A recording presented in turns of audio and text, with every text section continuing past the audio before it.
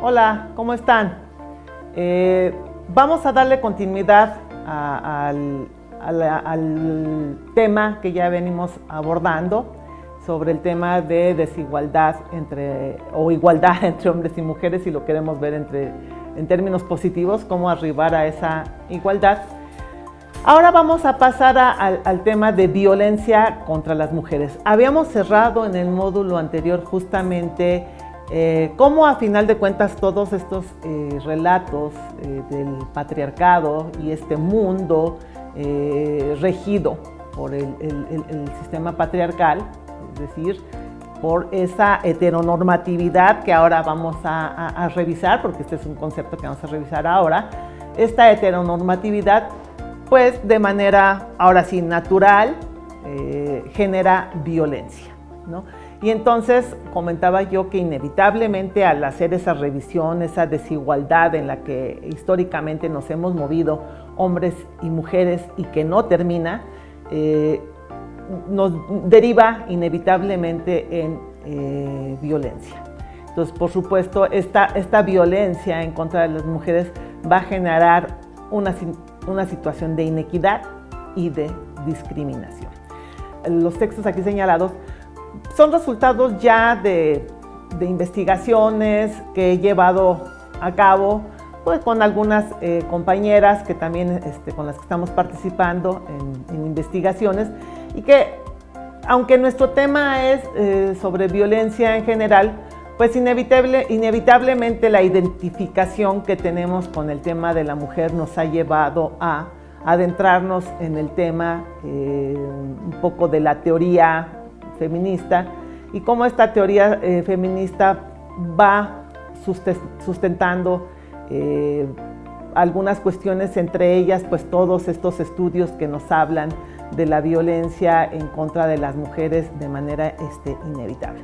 Pero vamos un poco a lo que es aproximarnos teóricamente al tema de la violencia contra las mujeres, ¿no? Bueno, según Rivera, la violencia contra las mujeres intenta destruir las prácticas de creación y recreación de la vida y la convivencia, ¿no? La violencia contra las mujeres es distinta a la violencia basada en género, porque la violencia basada en género nos da cuenta de la lucha de poder entre los géneros, ¿no? entre el sexo femenino y el sexo masculino.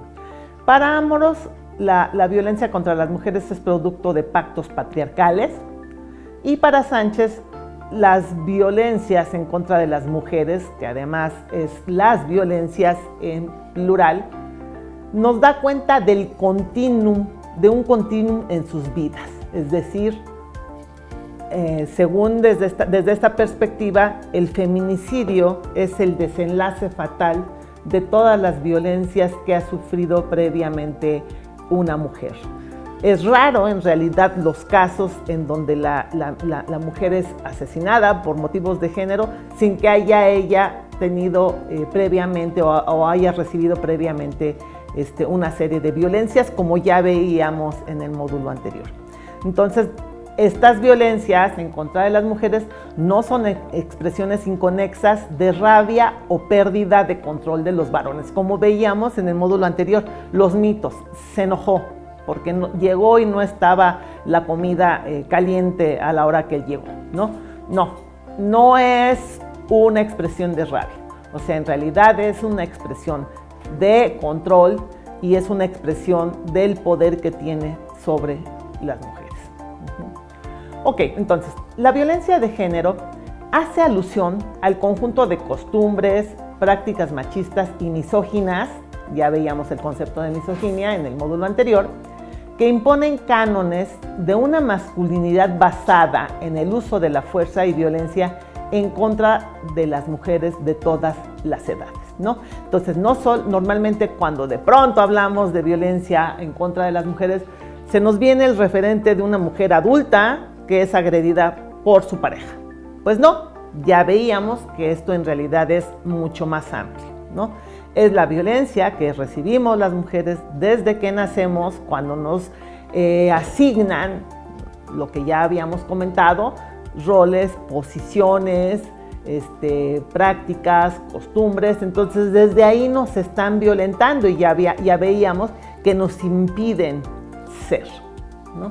Entonces, desde pequeñas, como vamos creciendo, y todas las violencias que vamos recibiendo. Esto no significa que todas recibimos la violencia, ¿no?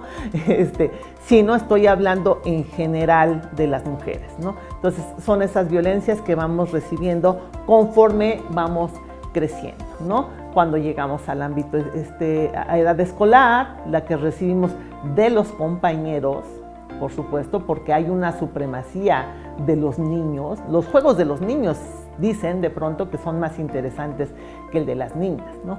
Y entonces vamos recibiendo estas violencias. Crecemos, seguimos en el ámbito escolar, nos insertamos al ámbito laboral y ahí ya comentábamos también las violencias que vamos sufriendo. Cuando somos jefas, incluso los subordinados interpelan el poder que tenemos las mujeres, ¿no? Por supuesto, no somos de confianza, no tenemos mucha credibilidad y claro, siempre se cuestiona nuestra calidad para la toma de decisiones, ¿no? Entonces vamos viendo, ¿no?, todas las violencias que vamos recibiendo a lo largo de nuestra vida, ¿no? Pero según como se han ido clasificando los tipos de violencia, claro, por supuesto, estas clasificaciones tienen que ver con cómo se ha estudiado el tema de la violencia de género y entonces cómo la clasificamos para entenderla, ¿no?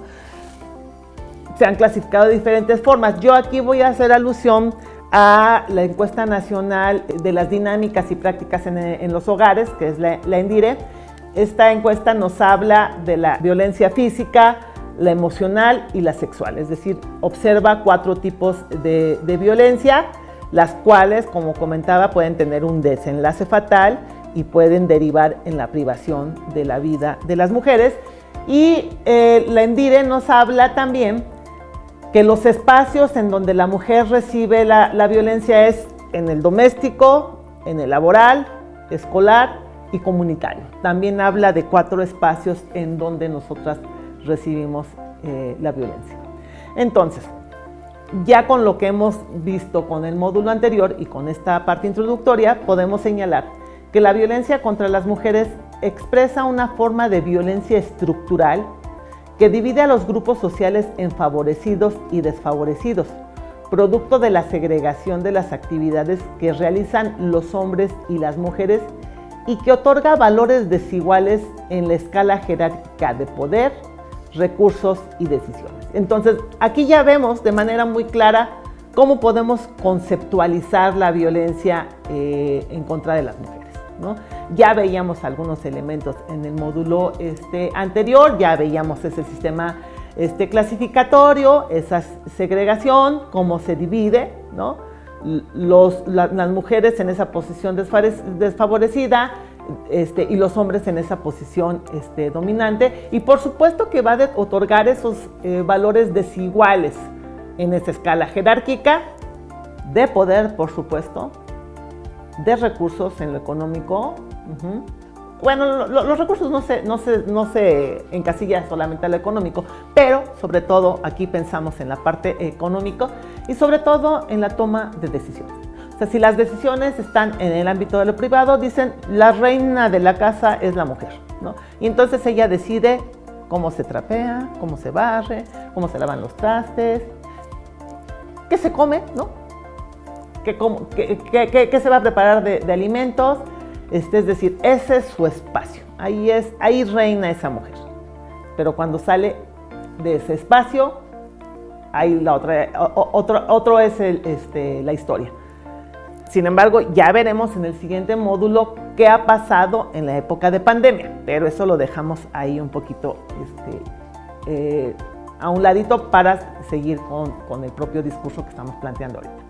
Entonces, ¿qué pasa con esa violencia contra las mujeres? Bueno, el resultado de esta desigualdad de género es la exclusión sistemática de este grupo social. Interesante, porque en realidad este grupo social, es decir, las mujeres, somos más que los hombres, ¿no? Veamos los censos a lo largo de la historia y somos más las mujeres, sin embargo, nos ubican como minoría. Lo común es que esta violencia se exprese a través de la discriminación, ya lo veíamos, la misoginia, también ya lo habíamos comentado, y la falta de procuración y administración de justicia, entre otras formas, cuando yo ya me refería al tema de la violencia por parte del Estado, ¿no? O sea, el no reconocimiento de la violencia y sobre todo la violencia feminicida y la minimización de la violencia feminicida y sobre todo por los canales de justicia que tenemos hoy en día, pues bueno, por eso yo comentaba que no podemos minimizar y no podemos dejar de señalar que esto es violencia por parte del Estado. Ok, pero regresemos, ¿no? La violencia se liga a la condición de género y la desigualdad en la que conviven niñas y mujeres en los espacios públicos y privados. Aquí dejamos el tema de niñas y niños, sin embargo, de niñas y mujeres, perdón. Sin embargo, creo que la propia pandemia, y lo veremos más adelante, ha evidenciado que es mucho más amplia, ¿no? Hoy estamos observando de manera más clara, porque siempre lo hemos como invisibilizado, la violencia que están recibiendo las mujeres ancianas, las mujeres de la tercera edad. Entonces estamos pensando en niñas, mujeres y mujeres de la tercera edad, ¿no?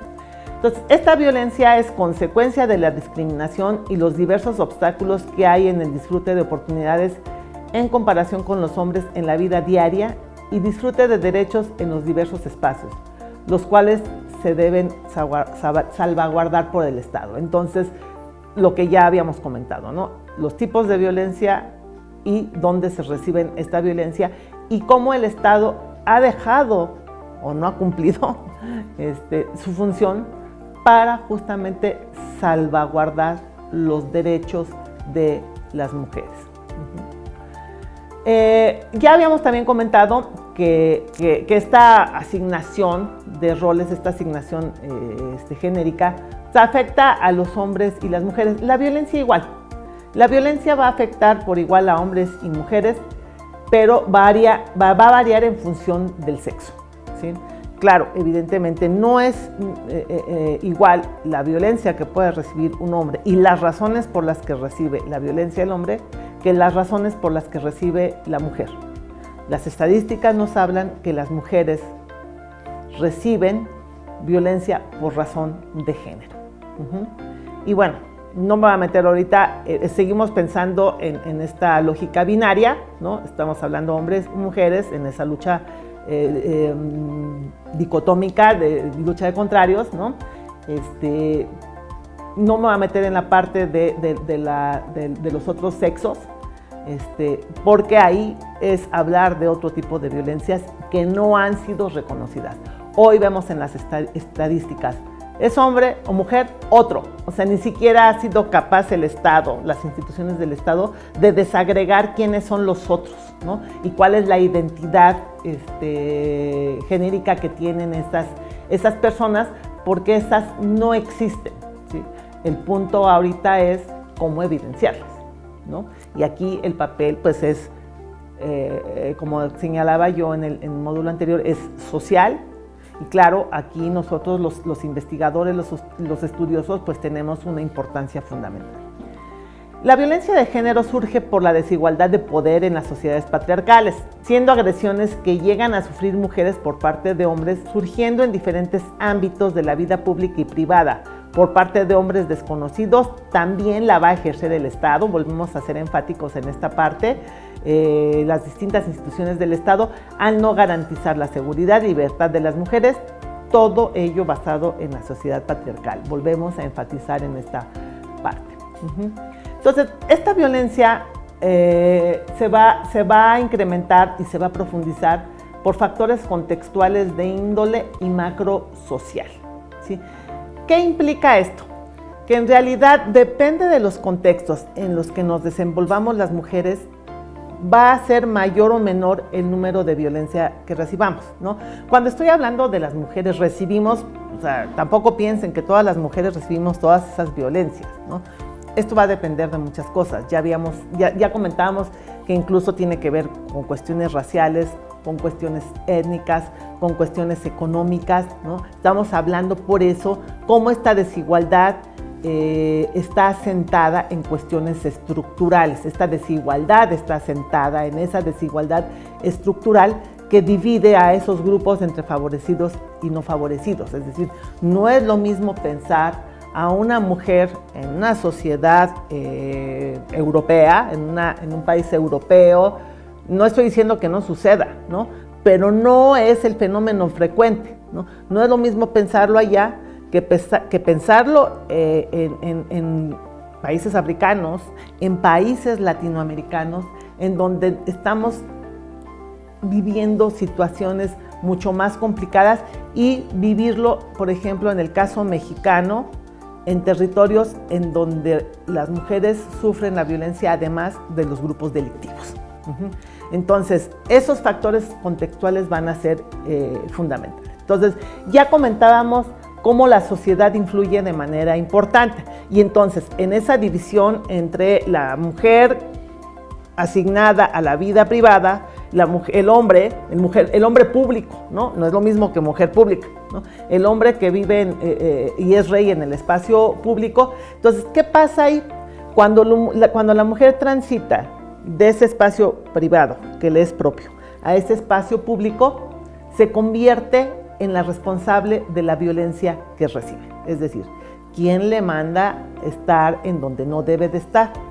¿Quién le manda estar haciendo lo que no debe de estar haciendo? Calladita se ve más bonita.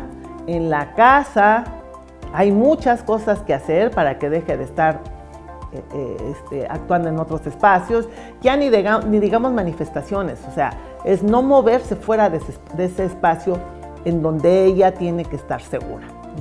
Entonces, cuando la convertimos en la responsable de la violencia que recibe, entonces la culpabilidad se transfiere a la víctima y la responsabilidad del victimario se desvanece. Es decir, porque andaba transitando a altas horas de la noche y entonces la agredieron de la manera que quieran, ¿no? Desde física hasta sexualmente. Entonces, la culpable es ella.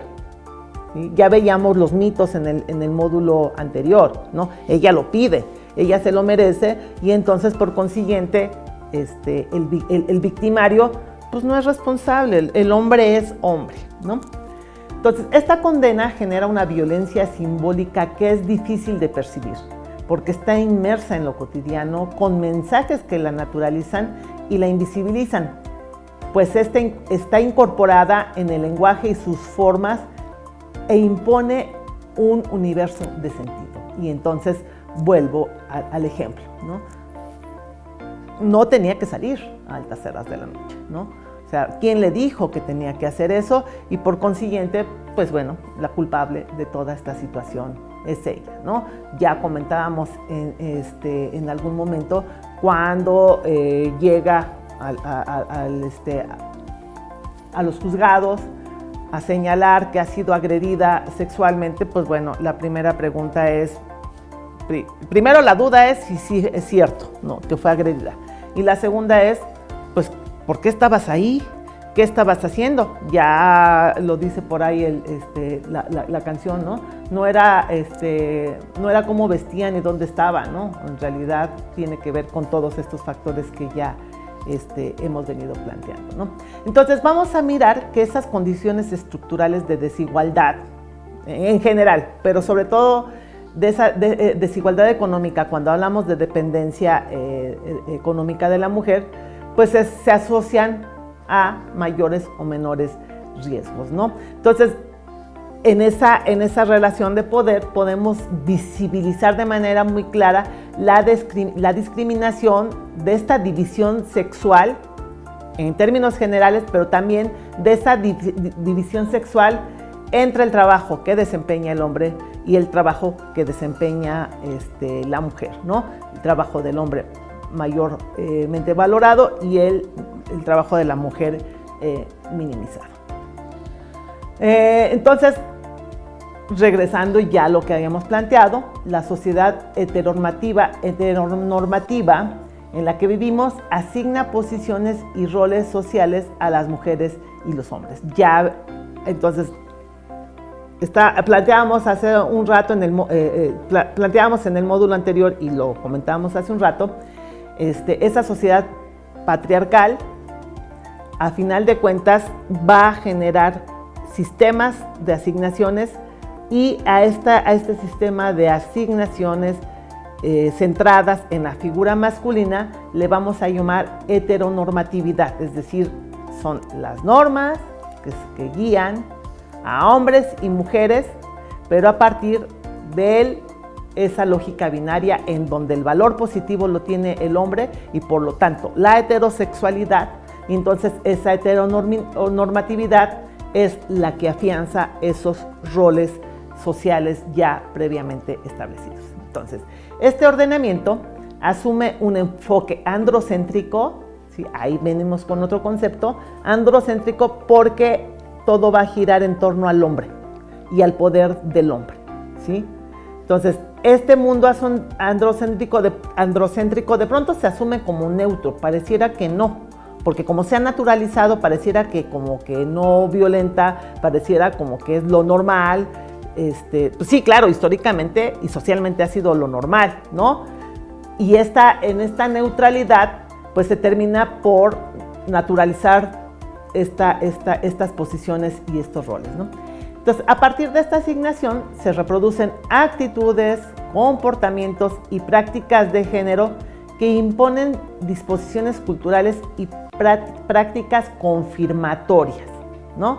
O sea, hombre o no haber nacido, ¿no? Entonces, prácticamente, no solamente es el hecho de haber nacido varón y el valor que tiene haber nacido varón, sino todas en esta asignación de poder de origen, en esta asignación de roles, se van dando esas prácticas confirmatorias. Ya veníamos planteando en el módulo anterior justamente de estas prácticas sociales legitimadas, a eso, digamos, esas prácticas confirmatorias son las que son legitimadas socialmente, son naturalizadas socialmente y por consiguiente establece de manera muy clara qué puede hacer el hombre, qué no puede hacer el hombre, qué puede hacer la mujer, qué no puede hacer la mujer, ¿no?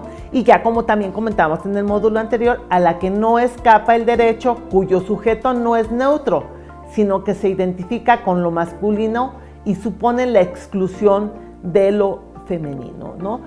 En el módulo anterior yo planteaba el tema de la epístola de Melchor Ocampo y quien no la conozca, invito a que la conozcan, lean, analicen la epístola, pero como diría Foucault, o sea, en realidad el orden, el poder, todo está establecido de manera muy clara en todo el entramado jurídico. O sea, ahí el poder del hombre, el poder patriarcal está establecido en todo el entramado jurídico, ¿no? Si no, eso lo vamos a ver de manera muy clara cuando veamos la violencia política en contra de las mujeres. ¿Por qué nos negaron el derecho de ciudadanía durante muchos años, durante muchos siglos? ¿Por qué arribamos tardíamente a la ciudadanía? Y por consiguiente, ¿por qué adquirimos de manera tardía los derechos que los hombres tuvieron 2 siglos antes que nosotros, ¿no? El derecho de ciudadanía que implica derecho de votar y ser votada, ¿no? Entonces, ese entramado jurídico, toda esa estructura jurídica es heteronormativa, es androcéntrica y por supuesto se rige con todas las reglas del patriarcado. Entonces, en esta lógica, la violencia que se ejerce en contra de las mujeres puede definirse como el resultado de la estructura de discriminación y la cultura de subordinación y dominio patriarcal que recae sobre ellas y las ubica en una posición de subordinación frente al predominio de la heterosexualidad, reproduciendo estereotipos de género. Aquí ya lo podemos observar, todo esto que hemos venido planteando con anterioridad, lo podemos ver ya en este concepto de manera muy clara, ¿sí? En esta oración. Entonces, en esa naturalización, la violencia sexista es tolerada por la mayor parte de la población, por sus características, y en esta normalización o en esta naturalización, vamos a ver que esa violencia sexista se caracteriza por 3 elementos: por su invisibilidad, por su normalidad y sobre todo por su impunidad. ¿Dónde podemos observar hoy en día de manera muy clara esta violencia sexista? En muchas cosas, de muchas maneras, ¿no? No siempre es reconocida, por eso es invisible. De pronto es complicado reconocerlo. Es común, ¿no? Es muy normal. Pero ¿dónde la podemos ver? Yo creo que para las generaciones recientes se puede observar de manera muy clara en los memes.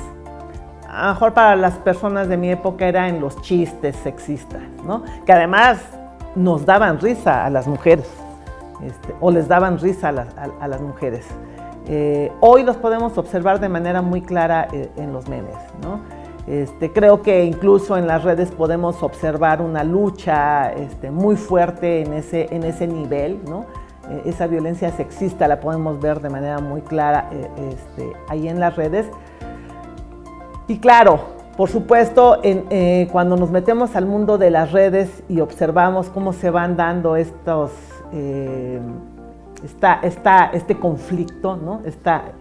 Esta situación, pues por eso es que encontramos de pronto la gente que está a favor, la gente que está en contra. Claro, por supuesto, aquí nos volvemos a adentrar al tema de los relatos, las asignaciones de roles, el mundo de subordinación en el que hemos estado inmersos las mujeres. Y claro, por supuesto, cuando las mujeres alzan la voz, lo primero que dicen es que somos histéricas, ¿no? El tema aquí es cómo esa violencia está permeada, contextualizada por el tema de la impunidad. No pasa nada, ¿no? O sea, a final de cuentas, exageramos, ¿no? Volvemos a los mitos que ya comentábamos en el módulo anterior. Exageramos, por supuesto. Cuando exageramos, pues bueno, terminan desacreditando totalmente. Somos histéricas, terminan desacreditando totalmente cuando alzamos la voz, ¿no? Pero si a esto le adicionamos que las instituciones construyen un orden normativo que reduce a las minorías sociales, como comentaba hace un rato, que a veces son mayorías numéricas, a la condición de residuos, vidas precarizadas y desechables, bueno, la vulnerabilidad de la mujer se incrementa. ¿Y a qué nos referimos cuando hablamos instituciones? No piensen en las instituciones, en las organizaciones. O sea, las instituciones son, para algunos autores como North, las instituciones son las reglas del juego en la sociedad. ¿Qué implica? Que esas reglas son normas socialmente establecidas. ¿Cuáles pueden ser ejemplos de instituciones? La familia, por supuesto, la escuela, los ámbitos laborales. Ahí están las instituciones, ahí se establecen las reglas. Ahí es donde te dicen qué haces y qué no haces. Eres nena, no puedes jugar con esto. Eres niño, no puedes jugar con esto. Ya lo comentábamos de manera amplia en el módulo anterior. Pero justamente es importante señalarlo para que se vaya entendiendo a qué nos estamos refiriendo ya con este lenguaje un poco más especializado, ¿no? Entonces, esas instituciones construyen ese orden normativo. Esas instituciones son las que llevan a cabo la labor de socialización, ¿sí? Entonces, esa socialización la encontramos en la familia como institución de socialización primaria, en la escuela, en el trabajo, como instituciones de socialización secundaria o resocialización, y en esas instituciones o se reafirman, ahí se dan, sobre todo prácticas confirmatorias, y no es porque no se den en la familia, sobre todo con los amigos, con los compañeros de trabajo, se reafirman y confirman esas prácticas, se aceptan o rechazan esas prácticas. Entonces ahí es donde se dan esos espacios. Entonces regresamos al planteamiento, ¿no? Las condiciones sociales, culturales y económicas en las que se presenta la violencia por razones de género son fundamentalmente los aspectos en donde se materializa la cultura machista y patriarcal, y como ya había señalado, esa cultura machista y patriarcal que está legitimada, y cuando decimos que está legitimada es que tiene amplia aceptación social. Reconocida totalmente, tanto por hombres como por mujeres. Bueno, entonces, volvamos otra vez al concepto de heteronormatividad para que nos quede un poco más claro. Bueno, la heteronormatividad es un sistema de preceptos de poder excepcional que ejerce dominio y autoridad sobre las formas de ser, estar, sentir y pensar de los sujetos, determinando la existencia sexual, social y ciudadana que construye a los sujetos como no sujetos. Entonces, ¿qué quiere decir esto? Que a los hombres los construye como sujetos y a las mujeres como no sujetos, ¿no? Y entonces la labor, nuestra función es la que ya hemos venido planteando. Entonces, el objetivo de esa heteronormatividad y de la construcción de sujetos y no sujetos es conservar la lógica dicotómica, asimétrica y complementaria del sexo-género para mantener el orden de las cosas. Ya habíamos comentado que esa complementariedad la da la mujer, ¿no? Naturalizando y valorizando el poder del hombre masculino. Esto es lo que nutre la heterosexualidad y el androcentrismo, que aprueba el castigo para las personas que perturban ese orden. Y entonces aquí viene bien lo que ya comentaba con anterioridad, ¿no? O sea, cuando tú perturbas como mujer el orden establecido, entonces vas a recibir un castigo. ¿Cuál es el castigo? De muchas formas, y lo vamos a ir viendo, ¿no? Uno de ellos es que si tú transitas al ámbito público, tú vas a recibir tu castigo de una u otra manera, porque el espacio público es propio para los hombres. Esa naturalización del sexo es la base irrefutable de la cultura. En este sentido, para Judith Butler, una mujer lo es siempre y cuando se desempeñe, así en la estructura heterosexual dominante. Vean, eso es súper interesante. Va muy en el sentido de lo que decía Simone Beauvoir, ¿no? Una mujer no nace, una mujer llega a ser. Entonces, llega a serlo por esa asignación social de roles. Entonces, regresemos. Una mujer lo es siempre y cuando se desempeña así en la estructura heterosexual dominante, debido a que la sexualidad está determinada por el discurso y el poder. Por ello, la mujer que cuestione este sistema de organización es factible que pierda el sentido del lugar que ocupa en el género y sea castigada. Y entonces aquí yo creo que viene bien el ejemplo de todas las mujeres que a lo largo de la historia jugaron un papel subordinado. ¿A qué me refiero concretamente? Aquellas historias de mujeres que descubrieron tal o cual cosa, que fueron artistas plásticas, pintoras, pero que nunca pudieron poner su nombre. Imposible. O sea, aquellas filósofas, aquellas escritoras que no podían poner su firma, que no podían poner su nombre, y entonces no podían ocupar un lugar que no era su espacio, y entonces aquella mujer que se atrevía a poner su nombre en ese espacio que no le correspondía era totalmente cuestionada, ¿sí? La primera pregunta era, es que no es cierto, ese no es el papel de las mujeres. Entonces,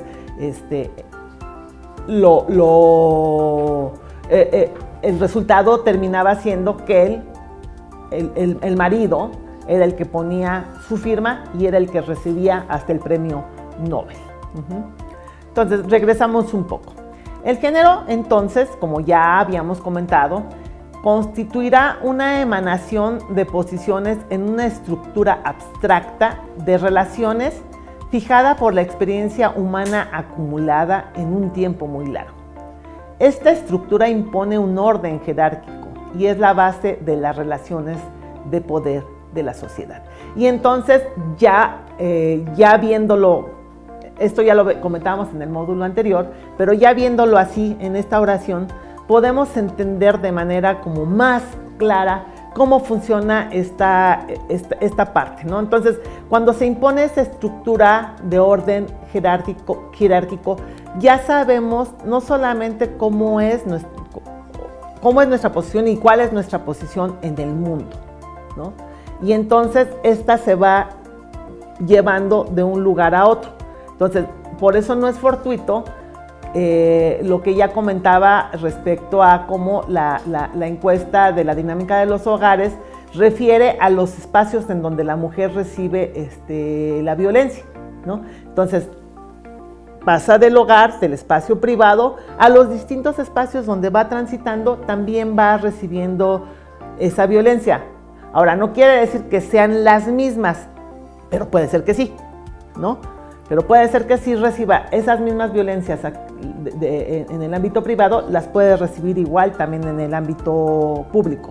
El punto es cómo esa estructura de subordinación, esa estructura jerárquica, no actúa solamente en un espacio, va a actuar en todos los niveles, ¿no? Es como ver esas casas, ¿no? O esas estructuras en donde son varios niveles, en donde lo mismo que hay acá va a haber en los otros niveles. Entonces, por eso es común que en diversas sociedades, yo diría que en la mayor parte de las sociedades, la ideología de género tiende a representar el lugar de la mujer como un lugar subordinado. Retomo lo que ya planteaba hace un rato respecto a Foucault. El análisis genealógico que hace Foucault se centra en la producción de los discursos y en la vida social que instaura a los sujetos femeninos en un sistema que las oprime, que las niega e invisibiliza, denominado patriarcado. Y entonces esto nos lleva a un permanente conflicto y lucha para liberarse de este sistema dominante. Claro, esta última parte de la oración es reciente, ¿no? Esto no implica que en toda la historia la mujer haya querido librarse de esa dominación. Si hablamos que esa dominación ha sido aceptada, asumida totalmente por las mujeres, entonces más bien esta parte es reciente, ¿no? Desde aquellas luchas feministas del siglo XX que dieron paso al voto, ¿no? Las sufragistas que se intentan liberar, ¿no? Que intentan llegar a esos niveles de igualdad, que ya veremos más adelante, pero justamente habla de los tiempos más bien propios de la modernidad. Y no me voy a meter en el conflicto entre dónde empieza la modernidad, ¿no? Simplemente pensar en la modernidad a partir del finales del siglo XIX y del siglo XX. No me voy a meter en el conflicto de lo que es sino la modernidad. Aquí lo importante es entender cómo entonces se pone en tela de juicio este sistema de subordinación, y la mujer en la actualidad está buscando salirse de esa dinámica socialmente establecida. Entonces, por eso retomó a Butler, que señala que la genealogía feminista lo que va a hacer es visibilizar los mecanismos del poder patriarcal, considerando que el patriarcado universal ha perdido credibilidad, ¿sí? Y por tanto es necesario observarlo a partir del contexto en que se produce y reproduce. Y aquí vuelvo a señalar, no es lo mismo pensar en el sistema patriarcal en las sociedades latinoamericanas que en las sociedades africanas, en las sociedades europeas, ¿no? Adquiere características diferentes. Entonces, regresemos y reafirmemos el tema del patriarcado, ¿no? La imagen ahí me parece fabulosa, ¿no? O sea, justamente es el papel de la mujer frente al hombre. El patriarcado es la materialización de una relación asimétrica, de poder entre hombres y mujeres, y en esta desigualdad los hombres son los que detentan el control, uso, sumisión y opresión de las mujeres, haciendo visibles a los dominadores y a los subordinados. Este es un concepto de Cahill. Entonces, decía yo, esta lámina me parece bastante representativa. De pronto la verdad es que se me viene a colación muchas cosas pero entre ellas una película que a mí me encanta, La sonrisa de Mona Lisa. Si no la han visto, la recomiendo ampliamente. La sonrisa de Mona Lisa, en donde llega una profesora de artes, irrumpe a un colegio de señoritas, en donde las mujeres estaban yendo al colegio de señoritas justamente para ser buenas amas de casa. Lo máximo en la década de los 50 era que las mujeres querían tener una licuadora, enseres domésticos que le facilitaran su labor. Llega esta mujer, irrumpe y las pone a cuestionar el status quo. Y les dice, bueno, es que todas aspiran a ser amas de casa. Y había chicas que revertían y decían, ¿y por qué no podemos aspirar a ello? La pregunta era, ¿pero por qué aspiras a ello?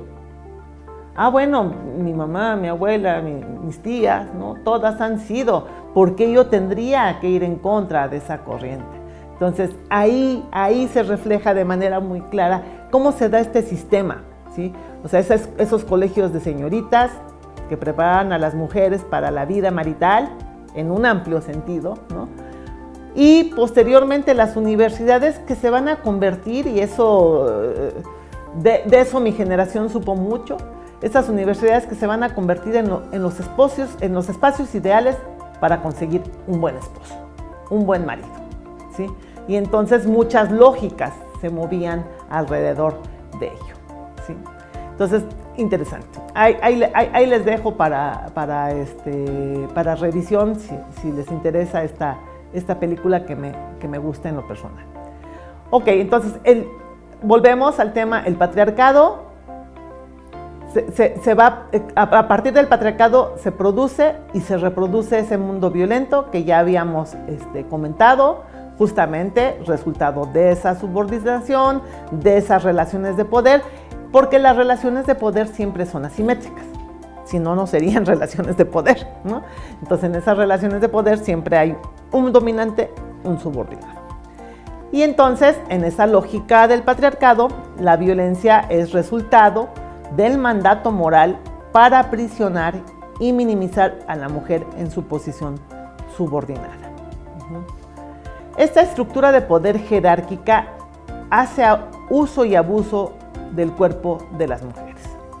Y entonces aquí nos lleva a plantear que la mujer se convierte en ese territorio de poder. La mujer es ese territorio de conquista. La mujer es ese territorio que todo mundo quiere alcanzar, pero cuando ya lo alcanzaron, a lo mejor pierde interés, ¿no? En tiempos de guerra, la mujer se convierte en esa moneda de cambio, ¿sí? La mujer tiene muchas funciones, pero siempre dentro de esa estructura de jerarquía de poder, ¿sí? Para Rita Segato, por ejemplo, la violación es muestra de cómo el cuerpo de la mujer es ese territorio y patrimonio por el que los hombres compiten para poseerlo.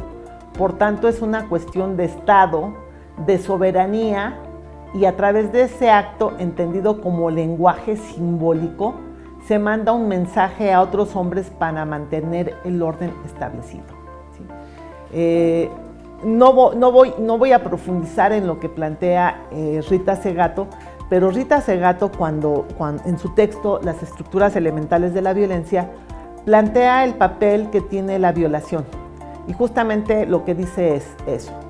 O sea, la violación es una forma para demostrar el poder, el dominio de un hombre sobre una mujer, y manda un mensaje muy claro, tanto a la mujer, porque ella no es dueña de sí misma, y por otro lado manda el mensaje al hombre para decirle, tú tienes el control, tú tienes el poder, y entonces el poder se ejerce, debes de ejercer ese poder. Entonces, en este mismo discurso, la violación emana como un acto para disciplinar y vengarse contra esa mujer, para castigarla y minimizarla. Por tanto, el violador, lejos de ser un criminal, se autodefine como moralizador o vengador de la moral, porque la independencia que cada día adquieren más las mujeres es un peligro para el orden patriarcal. Entonces, no podemos pensar estas acciones de muestra de dominio, de muestra de poder sin el lenguaje. El poder, de acuerdo con Butler, empieza por el lenguaje. ¿Por qué? Porque el lenguaje instala un mundo simbólico. O sea, el lenguaje, y no siempre estamos pensando del hablado, el lenguaje es amplio, ¿no? El lenguaje va construyendo ese mundo simbólico. Por eso es que hace unos momentos hablábamos de esa violencia simbólica que construye ese orden, pero que además sanciona. Esa es la parte fundamental. Sanciona, y como comentaba yo en un principio, esa sanción es muy amplia y puede ser tan amplia como uno pueda imaginar. Entonces, según Butler, el lenguaje es un campo de poder para subordinar y excluir a las mujeres. A partir de ese lenguaje, la mujer da cuenta de esos símbolos, la mujer se da cuenta del papel que juega en la dinámica social, ¿no? En la dinámica social, y estoy hablando de la dinámica social en un sentido amplio, ¿no? Tanto en la casa como en la esfera pública, en un amplio sentido, ¿no? El papel que debo de jugar con mis pares, el papel que como mujer debo de jugar con mis compañeros, compañeras de trabajo, ¿no? El papel que debo de jugar en la escuela. Entonces, ese lenguaje va a ser fundamental, ¿sí? Cuando las palabras construyen un lenguaje de odio y cuando estas locuciones las emiten figuras de autoridad en contra de las mujeres, estas mujeres están recibiendo los adjetivos o insultos de un sujeto particular, sobre todo si se considera que esta es una práctica común. Aquí yo voy a hablar de una serie de elementos que he venido revisando con algunos colegas, porque a raíz de una serie de movimientos sociales que hubo en movilizaciones sociales que hubo en Colombia, por la reforma fiscal del presidente Duque, creo que varios nos dimos cuenta a través de los medios de comunicación que la gente salió a manifestarse, ¿no? Evidentemente inmersos en una crisis pandémica que derivó en muchas crisis, pero entre ellas la crisis económica. La gente salió a gritar, a alzar la voz y estar en contra de la reforma fiscal, que evidentemente, como la mayor parte de las reformas fiscales, a quien les pega es a los más pobres o a las clases medias más bajas. Entonces la observación fue que la respuesta de los militares y la Policía Nacional de Colombia pues fue dura. Vimos que hubo acciones muy fuertes en contra de la población que se estaba manifestando, pero nos detuvimos a observar algo importante. ¿Qué pasaba con aquellas mujeres que estaban saliendo a la manifestación?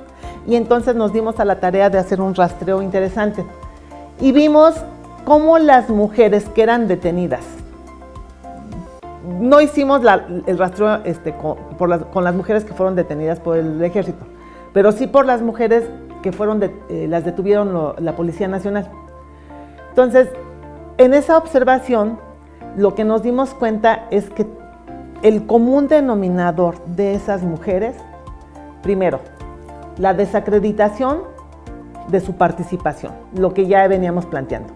¿Por qué salen de su casa y por qué salen de la cocina para ir a la calle a manifestarse? Ese es como lo primero que se les cuestionó. Claro, no siempre se dicen esas palabras, ¿no? Por eso estamos hablando del lenguaje, ¿no? Primero se les cuestiona esa parte y la segunda es para que se te quite el castigo, ¿no? Para salir, por haber salido a manifestarte y por haber salido a hacer acciones que no te correspondían, que no son propias de tu género, entonces las mujeres empezaron a ser castigadas y el primer castigo lo recibieron a través del lenguaje. Entonces lo que encontramos fue el común denominador de cómo eran catalogadas y cómo eran llamadas las mujeres, ¿sí? O sea, eran calificadas de todo, claro, haciendo alusión siempre a ese papel, decía yo, subordinado, pero sobre todo ese papel de mujeres malas, ¿no? O sea, esas mujeres malas que no son las mujeres. Las mujeres buenas están en casitas, esas mujeres buenas se callan, pero las mujeres malas que además se acercan más a las sexoservidoras que a las mujeres de casa, que a las mujeres reales. Entonces, lo que observamos es el calificativo que les daban a esas mujeres, ¿no? Zorra y lo que sigue. Zorra y lo que sigue. La mayoría de ellas, si no es que todas, recibieron tocamientos, abuso sexual. Porque ahí, no solamente en la parte del lenguaje, como comentaba yo aquí al final, ¿no?, sino ese castigo corporal que van a recibir las mujeres por haber participado en ese tipo de manifestaciones. Entonces viene ese castigo y el castigo suele ser muy duro.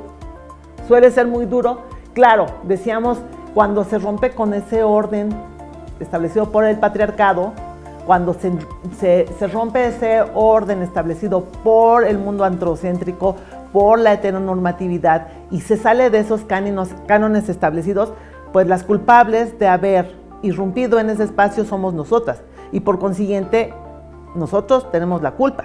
De tal manera que incluso en los propios relatos, las mamás, los papás de las chicas las castigaban con el lenguaje, ¿sí? Ya no les digo todos los adjetivos que recibían las chicas, ¿no? Pero las madres castigando a través del lenguaje, a través del castigo corporal a sus hijas, porque estaban irrumpiendo en espacios en donde no tenían que romper, que estaban rompiendo con ese orden establecido. Entonces, ahí el papel del lenguaje va a jugar un papel fundamental. Ya no voy a hablar ahorita de la violencia sexual que recibieron esas chicas, yo hablaba del tocamiento, pero sí de ese lenguaje que a final de cuentas va a castigar a la mujer, porque ese lenguaje, como dice Butler, es un campo de poder que va a llevar a la subordinación de la mujer, que va a llevar a la exclusión de la mujer, y ese poder que tiene el lenguaje es muy fuerte. Entonces, ahí yo cierro esta parte. Vamos a ver, para finalizar, un video que nos va a hablar de la violencia justamente contra la mujer, en donde vamos a ver no solamente la amplitud que ya hemos venido planteando, sino ya de manera concreta cómo se va manifestando ese poder en contra de la mujer, esa violencia en contra de la mujer, y cómo esa violencia es, decía, totalmente legítima, invisibilizada, totalmente normalizada, y el problema es cuando no es reconocida y cuando no es atendida por las instituciones que deben de ser atendidas. Y estoy hablando específicamente de las instituciones del Estado. Entonces, cerramos con este video. Agradezco mucho la escucha, y ya en el siguiente módulo, como yo comentaba, vamos a ver entonces ya datos muy específicos de estos tipos de violencia durante el periodo de pandemia. Agradezco mucho. Saludos.